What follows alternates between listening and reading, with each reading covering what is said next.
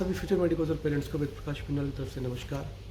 आज की इस वीडियो में हम उस गैजेट नोटिफिकेशन की बात करेंगे जो पहले एज ए ड्राफ्ट कुछ टाइम पहले एनएमसी की वेबसाइट पे आया था और जिस पे सजेशंस और कमेंट्स स्टूडेंट्स और पेरेंट्स से एनएमसी द्वारा पूछे गए थे।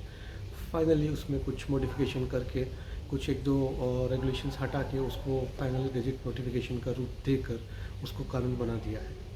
इस नोटिफिकेशन को और इस रूल्स रेगुलेशंस को नेशनल मेडिकल कमीशन रेगुलेशंस 2021 या फिर हम इसको फॉरेन मेडिकल ग्रेजुएट लाइसेंशिएट रेगुलेशंस 2021 भी कह सकते हैं।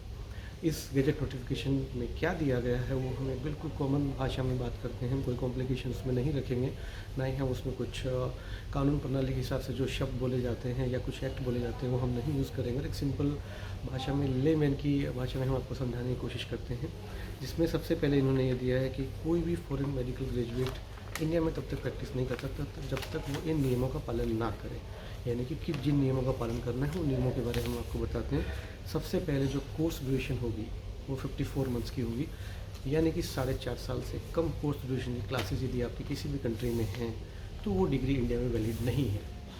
सेकेंड ये होगा कि आपको 1 ईयर की इंटर्नशिप 12 मंथ्स की इंटर्नशिप आपको सेम इंस्टीट्यूशन में सेम कंट्री में करनी पड़ेगी, तभी आप यहाँ इंडिया के लिए लाइसेंस के लिए आवेदन कर सकते हैं।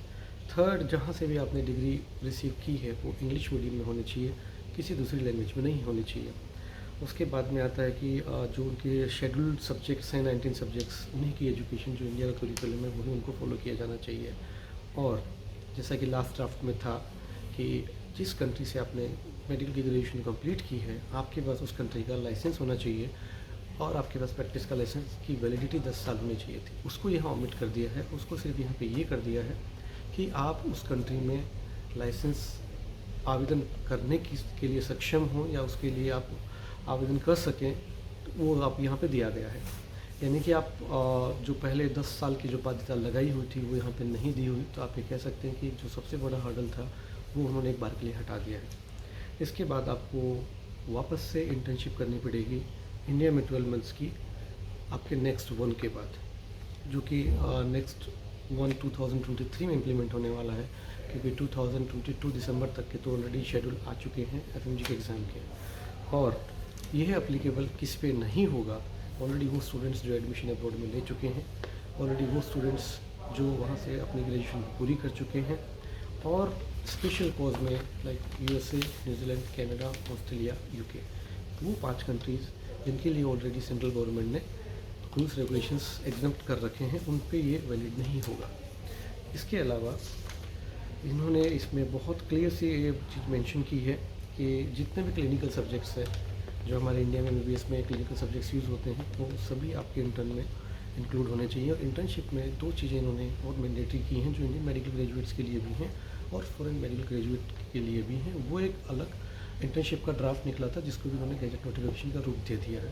उसी में सिर्फ 2 क्लॉज थे जिनको मैं यहाँ आपका ध्यान दिलाना चाहूँगा। पहला तो ये कि 12 मंथ की इंटर्नशिप के दरमियान आपका जो वेकेशंस या जो बीच में गैप हो वो 15 डेज़ से ऊपर नहीं होना चाहिए। 15 डेज़ की लीव आप ले सकते हैं। और जो गर्ल्स हैं उनके लिए मैटरनिटी लीव की भी सुविधा उन्होंने दी है कि आप मैटरनिटी लीव ले सकते हैं, लेकिन मेडिकल बोर्ड की परमिशन के बाद। और सबसे इम्पोर्टेंट बात यह है कि आपकी जहाँ आपने एडमिशन लिया है आपकी पूरी कोर्स ड्यूरेशन वहीं से होनी चाहिए, आपकी इंटर्नशिप भी वहीं से होनी चाहिए। नेक्स्ट क्लियर करने के बाद आपको इंडिया में फिर से इंटर्नशिप करनी है। यहाँ एक चीज़ यह भी आई है कि आप यूनिवर्सिटी ट्रांसफ़र नहीं ले सकते, कोर्स के बीच में आप यूनिवर्सिटी चेंज नहीं कर सकते हैं। इसके अलावा एक जो लास्ट इम्पोर्टेंट जो पॉइंट है ड्यूरेशन ऑफ कोर्स, उसके अनुसार ये है कि आपको 10 साल के अंदर अंदर ये डिग्री कंप्लीट कर लेनी है।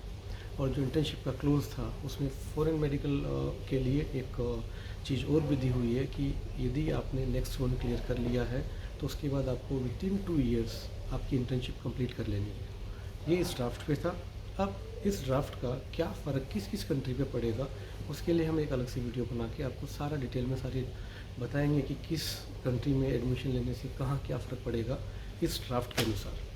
और बाकी आपकी किसी भी तरह कुछ कन्फ्यूजन है तो आप हमें स्क्रीन पर दिए व्हाट्सएप नंबर पे टेक्स्ट कर सकते हैं या आप हमें कमेंट बॉक्स में कमेंट भी कर सकते हैं। धन्यवाद।